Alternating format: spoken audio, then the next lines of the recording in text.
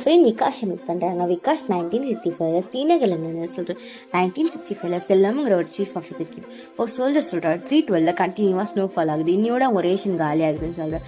அங்கே 312 இருக்க ஒரு சோல்ஜர் கிட்ட விஷ்ணுங்கிற கமாண்டிங் ஆஃபீஸர் சுடு தண்ணி கேட்குறாரு குடிக்கிறதுக்கு, இன்னையோட கெரோசின் காலி ஆகுதுன்னு சொல்கிறாரு. நம்ம ரேஷன் இல்லாமல் என்ன பண்ணுறதுன்ட்டு விஷ்ணு ராம் கிட்ட கொஞ்சம் தூரம் போயிட்டு நம்ம ஆளுங்க யாருன்னா தெரியுறாங்களான்னு பார்க்க சொல்கிறாரு. அவர் பார்க்குற இடத்துல 5 பேர் 5 குதிரை மட்டும் தெரியுது.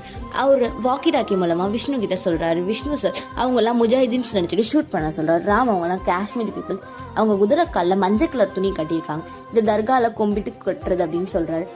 விஷ்ணு சார் அவங்கள ஷூட் பண்ண சொல்கிறாரு. ராம் அவங்கள ஷூட் பண்ணாமல் பக்கத்தில் இருக்க மரத்தை சுடுறாரு. அவங்க எல்லாம் ஆன்சர் பண்ணுறாங்க. விஷ்ணு சார் அங்கே அந்த குதிரையில் ஒரு பை இருக்குது, அந்த பையை கிழிச்சு பார்க்குறாரு. அதில் பருப்பாக கீழே விழுது. விஷ்ணு சார் ராம் கிட்ட நீ கரெக்டாக ஏம் பண்ணல, எனக்கு மார்னிங்குள்ளே ரிட்டர்ன் ஸ்டேட்மெண்ட் தரணும் அப்படின்னு சொல்கிறாரு.